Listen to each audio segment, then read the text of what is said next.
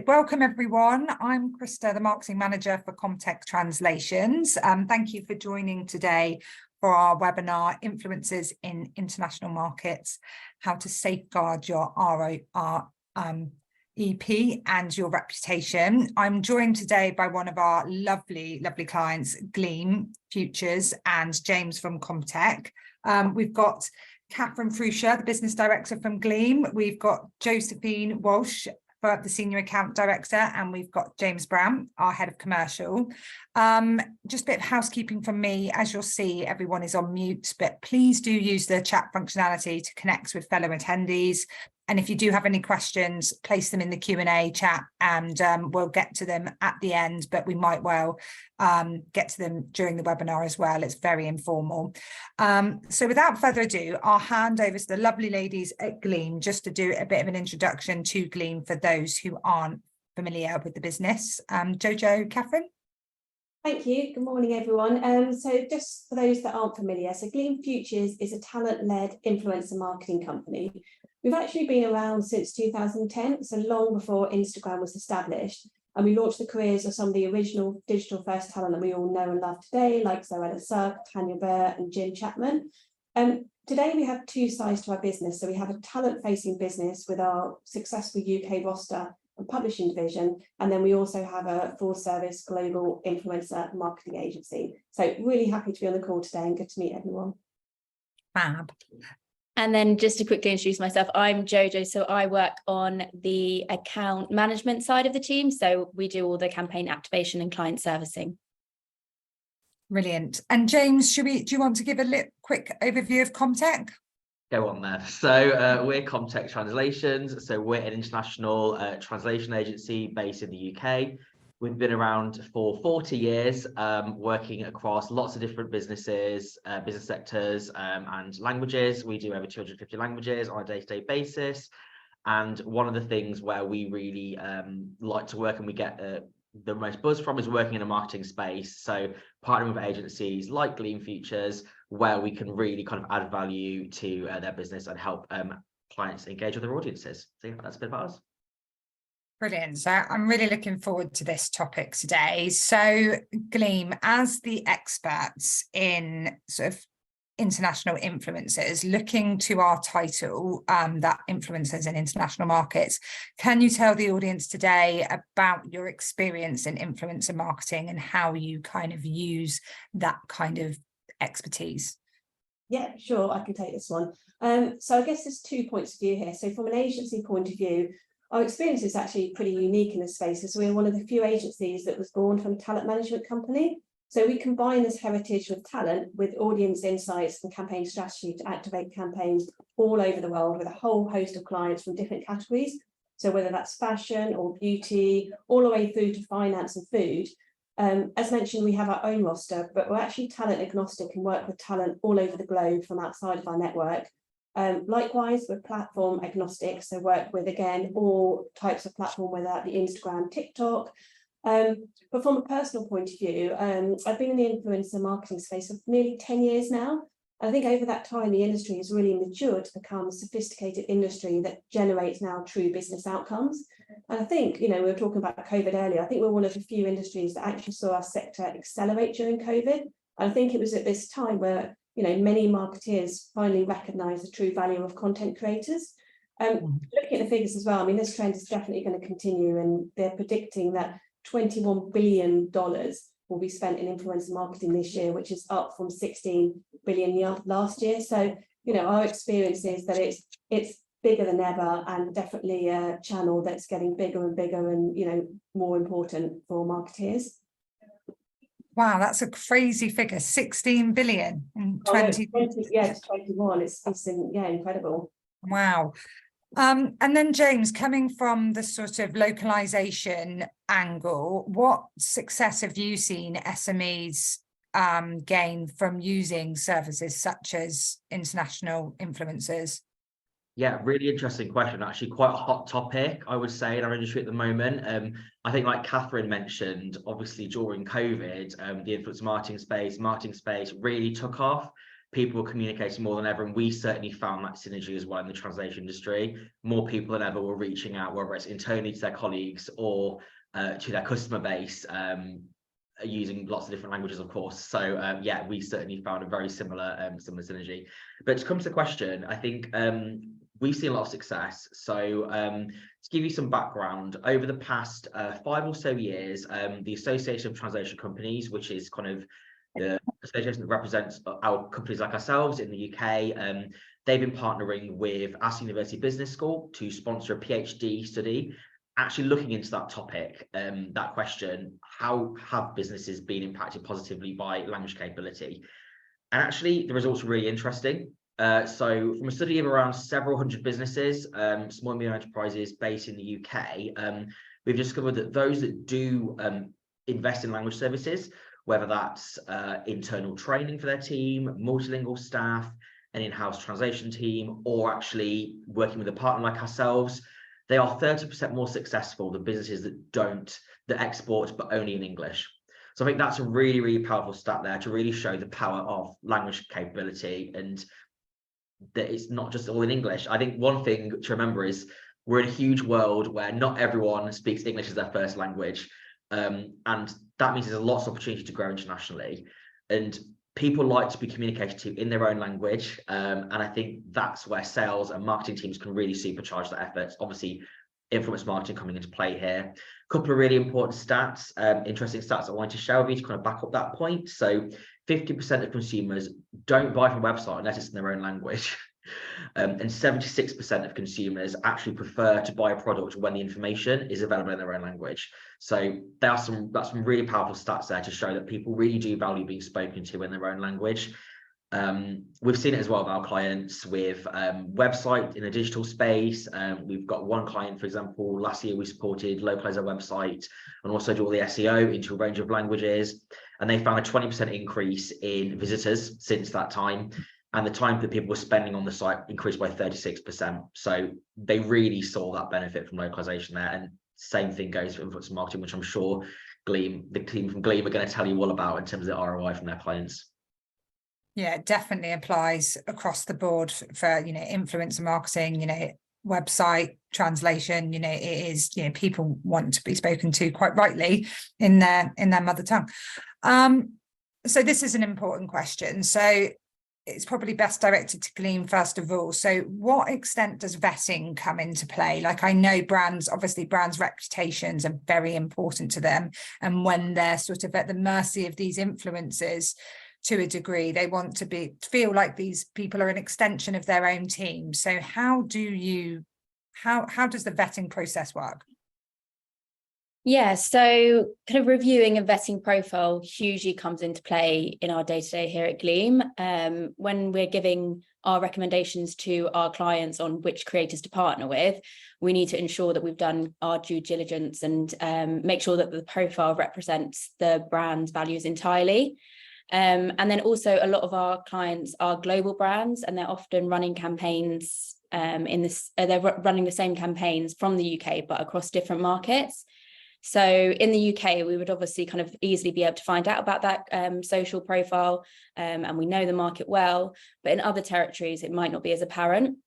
So it's crucial that we can employ the same vetting that we can do to the UK talent to profiles across different markets and ensure that we're safeguarding our clients' reputation with the campaigns that we activate for them.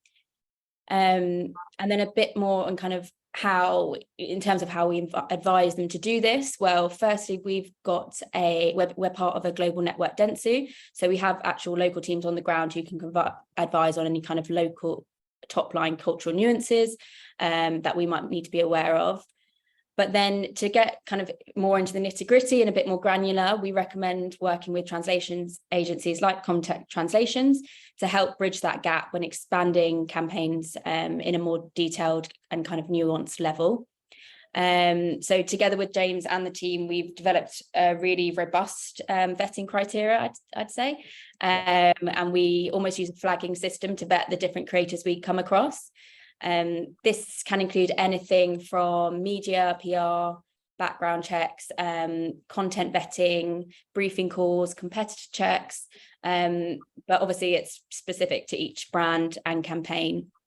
I don't know if you want to add anything else, James, to what we do. Yeah, I think that a lot you've said, the vetting process is really, really thorough. And I think that gives you the best results and helps you find the most relevant people to kind of support your clients with the influencer marketing. I think two things that really stick out for me in terms of how we work together and that really do help to safeguard the reputation are communication and collaboration between us and also with your clients. I think we all have responsibility to make sure that the brand is being represented accurately. So from our side, it's making sure that we're speaking to you, we're requesting brand information, we are understanding the brief in full, and also we're receiving the information that we need in order to do the job. And I think we do that really well.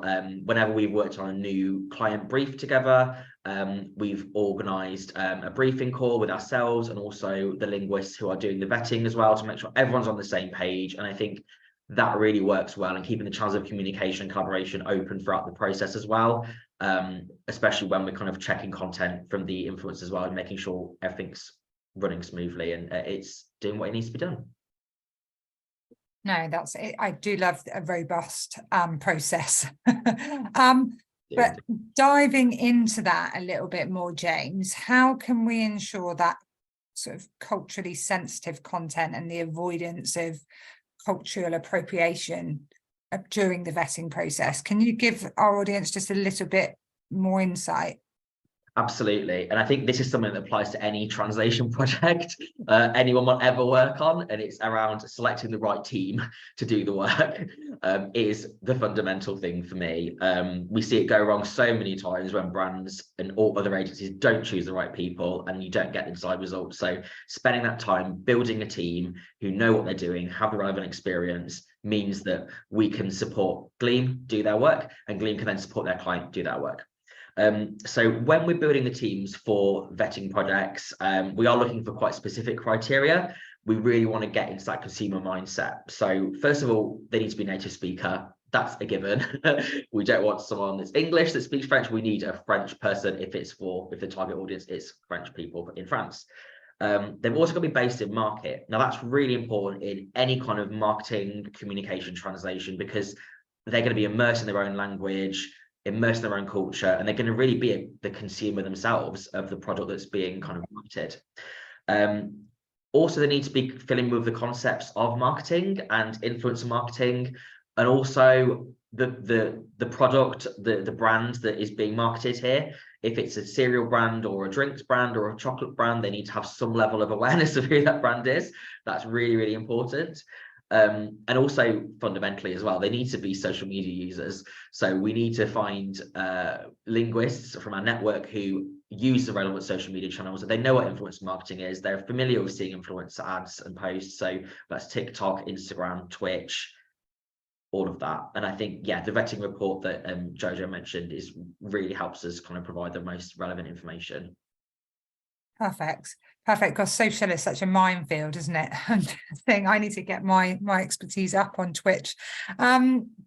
So now that we've sort of covered the vetting process, and if you do have any questions, please feel free to put them in the Q&A on that. But when done right, this is probably firstly to Gleam, but when done right, what results have your clients seen? Like, what return on investment examples can you give for those influencers? Yeah, I could take this one. So in terms of results, when done right, global influencer campaigns, they can shift brand perception, drive consideration, they can start kind of online viral trends, or they can kind of simply boost awareness, which is what a lot of our clients want to do and what they use social for. And within most of our influencer marketing plans now, our strategy will always be to include a combination of organic social content with the creators that we're working with on their platforms. But we then amplify that through the talent's accounts with paid media to relevant audiences at a much larger scale. Right. And that allows us to track that data much more granularly, like you can do with any kind of paid social media campaign, even down to the individual click or sale, just kind of like the traditional, the way of kind of tracking media. And then in more detail on kind of how it's measured. So with all our clients, we will sit down at the beginning of a campaign and make sure that we have the right measurement and reporting frameworks in place. Some are already kind of set up for us, or some we can create for them. For example, for online sales driven clients, we will measure the return on ad spend from placing actual pixels on their site, so we can literally see the exact sales. And then we can also look at things like brand uplift studies with the different social platforms, or even create bespoke research studies. And these measure more kind of how well the influencer content performs from brand health indicators, for example, ad recall. Yeah. And then another thing we're kind of seeing a lot more value in at the moment for our clients is looking into social listening and socials and audience sentiment, as this allows them to plug directly into what their consumers actually think and feel about the brand, or feel about the content and how well the partnership went. So it kind of gives a direct line of communication between the brand and consumers. Brilliant. How do you measure social listening, out of interest? So there's lots of different, so we have we work with a company who actually have kind of a really robust methodology around that, and they literally painstakingly go through every single comment on every single ad out there, and just kind of almost have like are able to kind of give them like a measurement of how positive or negative that sentiment was, or neutral, and we can literally give the clients kind of percentage scores on how positive the campaign was. So yeah, it's a really interesting tool. Yeah, perfect. I love that. So what would be your advice to brands who have never looked at social media influencers before in their marketing strategy? I think it's vital for brands to actually look at what they want to achieve when working with influencers. I think we've kind of seen in the past that, you know, influencers were commoditized and almost treated like billboards as a nice to have. You know, people weren't really sure what to do, but they'd kind of stick them on the end of a campaign. However, you know, influencer activity should be planned upfront like any other media channel. So it should have its own objectives, you know, like we've talked about measurement and its KPIs. And I think also, you know, our advice would be to take note that influencers can impact all stages of the customer journey. So they can be used at all stages of the marketing funnel, but you need to choose the right talent for the job at hand. And obviously, you know, this is where hopefully our expertise comes in. For example, you know, if you want to generate engagement and foster conversations, we'd advise going with influencers with high engagement rates to have this kind of intimate two-way relationship with their audience. You know, they might not be the biggest. Likewise, if you're looking at conversions and wanting to look at, you know, sales, we would also say, you know, you need to work with talent that are more commercially focused and known for driving sales. I think kind of other factors to look at is that influencers can live off the social grid, and they shouldn't be this kind of one-off transactional relationship. I think, you know, Jojo and I have seen the best campaigns are when influencer assets are actually repurposed beyond the grid, for example, an out of home or point of sale or even TV. And I think, you know, it's something we're working with more and more clients on this basis. They're very much planning influencer from the start and kind of seeing where that can take you. And I think it's a really great way to make your content work much harder and more efficiently. So yeah, there's kind of, I think it comes back to answer your question, very much kind of look at what you want to achieve. Don't just kind of stick them on because you feel like you should be using influencers, because they can do a multitude of roles for you. And obviously we can help there as well in terms of strategy and kind of working out the right talent for your campaigns. Okay, perfect. So that comes to the end of my questions. I'm not sure if anyone from the audience has any questions that they would like to ask our panel. I've had a few direct to me, a few shy people, but feel free to either message me directly or the group. Let me just find them. So one was on, I think, was to do with the sort of investment. So what was it? What advice would you give to companies who've got a conservative marketing budget? I'm not sure how much conservative is, but that would probably be an interesting point to cover. Yeah, I think if brands have kind of smaller budgets, this is where the paid media side can come into its own. So you might only be able to work with a few kind of small or mid-tiered talent, but and they might only be able to create kind of 1 or 2 pieces of content, but we can then amplify that content from their account, so it looks like it's coming from their page, but to audiences at scale, and we can actually target lookalikes of their account, so basically all their followers, just like typical paid media. So and you might be spending the same amount as you would be on talent as you are on paid media, but you're getting that kind of much more additional reach and awareness for your brand. And we can also get, with the paid side of it, we can get really granular in the targeting. So you can target specific countries or cities, and if there's kind of specific cities that you need to for a kind of multi-market campaign, you can just literally target those cities. And then the great thing, you can be basically really bespoke to different territories as well, which is really important. So there's lots you can do with influencers with a small budget. You just got to be clever about it. Perfect. That's why they need you guys. We've had a question from Sophie. How do you go about selecting international influencers when you are not based in market and aware of local cultural trends and significances? Yeah, James. Yeah. I can Yeah, do you want to take it, Jojo? Yeah. So exactly, kind of as we've kind of touched on throughout, we have a tool which kind of allows us to find kind of top performing talent, and again, local people on the ground who kind of know relevant people within those markets. If it's a bit more niche, it's obviously a bit trickier.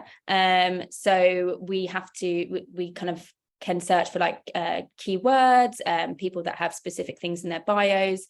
And then from that, we can then kind of work with Comtech to kind of find any more specific nuances, but depending on the brand and the product that we're promoting. So, you know, if we need to promote a product that's vegan, we'll have to make sure that we're picking people who are on have those specific dietary requirements. People might be gluten-free and not be able to eat the product that we're promoting. So there's lots of different things that we have to take in consideration. We'll kind of analyze all those things at the beginning, and whether it's something we can do from our kind of local team or work with translations team to kind of to vet those talent to make sure they're right. Yeah. Perfect. I've had another one to me. So how do you ensure nothing is lost in translation? That was it. I'm not sure. This one. So I think that's a really good question. And I think in a marketing space, I would say it's all around translating the message, not the words. I think translation of marketing content, any kind of content that's like consumer engagement or engagement with people, it's a holistic process. It's very different to a technical piece or a legal piece where you're literally translating more faithfully to the text and making sure that it's fully accurate. It's taking that message. So we do a lot of work with brands on trans creation, local copywriting, translation of advertising, where you might have a slogan that works in one language but doesn't work in the other. So I think a lot of it is around the messaging, and a big part of that is very much understanding the objectives of the campaign itself. So when we're working with clients on any marketing content or creative content, we need to know exactly how that marketing campaign has been organized. We need to know the strategy, we need to know the objectives, target audience, we need all that information, because it's the essence of the messaging at the end of the day, not the words on the page. So we want to take that sentiment that's created for the UK market, as an example, if that's where a lot of our clients are UK businesses who export internationally, and we then need to localize that for the overseas market. So it's taking the briefing information, speaking with our clients, understanding exactly what they need, and then building the right team who can facilitate that, and having a really robust process in place with all the relevant checks. So we'd always recommend kind of holistic process of translation with several linguists working together as part of a team. It's usually the smaller bits of content that take the longest to translate, and it's always things like taglines, advertising comms on posters, those big snappy high impact bits of text. It might look like 5 words, but it's probably going to take several days to translate, because they've really got to think about getting to that consumer mindset. If they are the consumer and they're going to be, because they're based in market, they are a native, how they would engage with it as a brand. So yeah, it's a really, really interesting process. There's loads about trans creation and localization on our website, so please feel free to check out any of those assets. I did a webinar a couple of months ago all around this topic, so please feel free to have a look at that on our website. Perfect. We've had a question from an anonymous attendee. How developed is the international influencer landscape versus the UK? That is a good question. I would say probably, I guess from our point of view, predominantly, I would say we still get a lot of our work from the UK, but we are activating more and more campaigns, and it's a whole host of countries. I mean, we've recently worked with clients in Benelux, Australia, New Zealand. We're working in the Middle East. We do a lot in Europe. So pretty much everywhere. And I'd say, and also that's kind of ranging across consumer, but also we're starting to get more and more B2B briefs. So kind of the B2B influencer space is also really growing, and that's kind of across multi-territories as well. So yes, it's kind of expanding everywhere.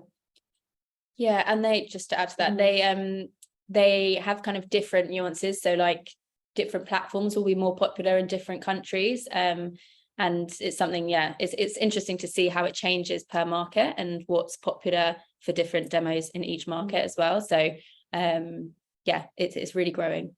Yeah. Can I ask a question to Yes. Catherine? So I think you just touched on a really interesting point around the B2B aspect. I mean, for someone like myself who is a social media user and you see lots of influencers online, you typically you'd assume it's B2C kind of content, like products, that sort of thing. It'd be really interesting to learn more about how it is growing in B2B and what some B2B brands, I'm sure we've got several in attendance today, how they can get involved in influencer marketing. Yeah, no, absolutely. I mean, to be honest, it works very similar to consumer, because ultimately, you know, we're still being influenced by word of mouth, and that's kind of, you know, I guess what influencer marketing is.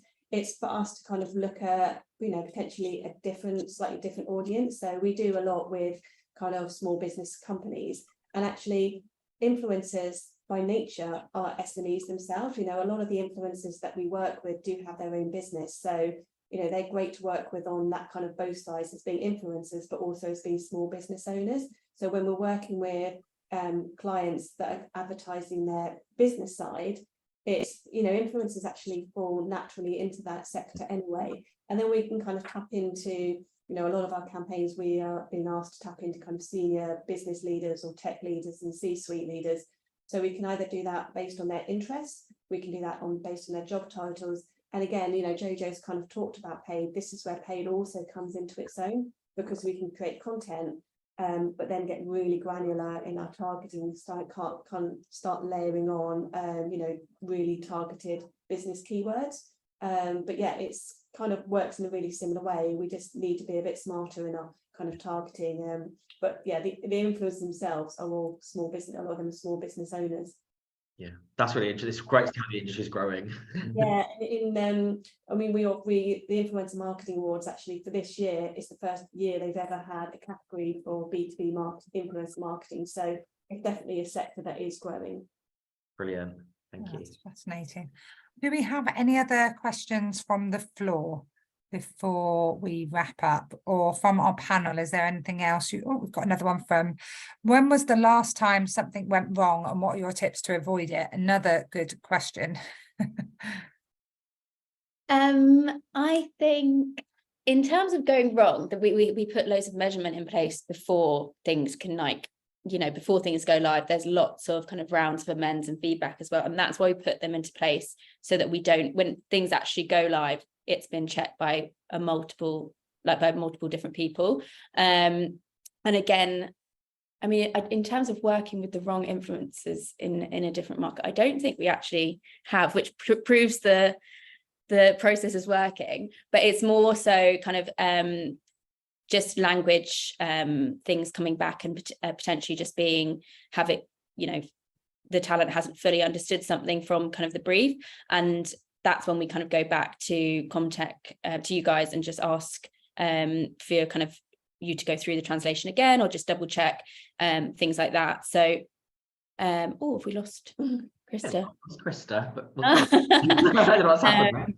But yeah, so we kind of safeguard with like a few different rounds of amends to make sure that talent aren't understanding things in the wrong way for the different markets. So luckily, so far, we haven't had anything go wrong. Just to add on that, I mean, ultimately, influencers are human beings, they're people. So, you know, they, if anything does go wrong, which it hasn't, you know, nothing drastic's gone wrong, they are people at the end of the day. But I think, you know, we kind of working with an agency, we have a portfolio of different talent. So if for any reason that talent had another commitment or something happened, we can simply find a suitable alternative.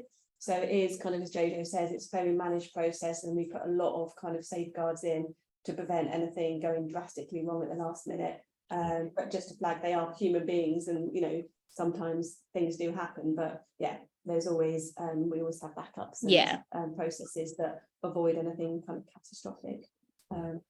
I think back to your question again about translation, you know, Jojo's kind of alluded to the fact there is quite a process. We always brief our talent very tightly, but the talent themselves always come up with their own creative treatment. So as clients, you know, might be feeling nervous about going into influencer marketing, there's lots of stages, and they get approvals at all stages. So it's a very kind of managed process, and nothing would ever go live without you kind of seeing it. So rest assured, it's a very kind of two-way process and getting content live.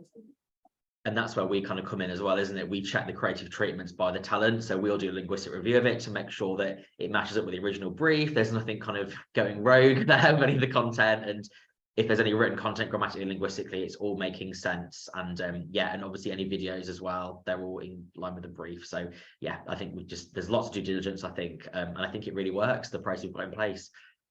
Yeah, that's where things can get picked up, and you guys can come back and be like, don't think that's quite right. Yeah, I'm not sure there. Yeah, we can go back to talent and update them. Yeah. Perfect. So apologies about my internet connection there, guys.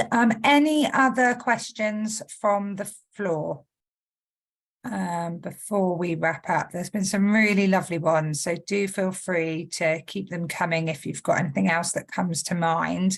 We'll see if any more come through. But just next steps, so everyone on this webinar will get the recording asset, and I will share the contact details of our panel, and please do feel free to reach out. I can't recommend Gleam enough as an agency to work with, and if you've got any translation and localization requirements, James and I would be thrilled to help out. But it influences in international markets is fascinating, because I think it's, you know, we've seen it in the UK from, you know, those very famous ones, but I think there is a lot of value to have to integrate it into your overall marketing strategy for both B2C and B2B now. And I think it's that kind of unsung hero that is coming up through the ranks, and you don't always need a huge budget to use those A-lister influencers we all know. Any other closing comments from our panel before we end today's session? No, I think just kind of to echo what kind of everyone said, I mean, it is such an interesting space, and if anyone has kind of anything they want to kind of ask about Gleam or how to get involved, and kind of do get in touch with ourselves and Context to find out kind of how we can help. We probably mentioned at the start, we do everything from kind of talent strategy through to activation through to paid. So it is that 360-degree service that we do offer clients. So do get in touch whatever stage of your influencer journey you are, whether you're just kind of thinking about it or want to know more, or you have a live brief, we can help there. Perfect. Well, from our perspective, like with the our translators can do much more than just translate words on a page. So there's so many things where we can add value to the process as well. And yeah, I think that how we work together with Gleam and our process, it just shows that there's so much you can do together. So yeah. Great. Well, thank you everyone for joining, and have a rest of a good day. Hope everyone enjoys the sunshine and doesn't melt. Yeah. nice end to end the webinar on. Right, bye everyone. Do let us know if we can help. Thank you. Bye. Thank you. Bye.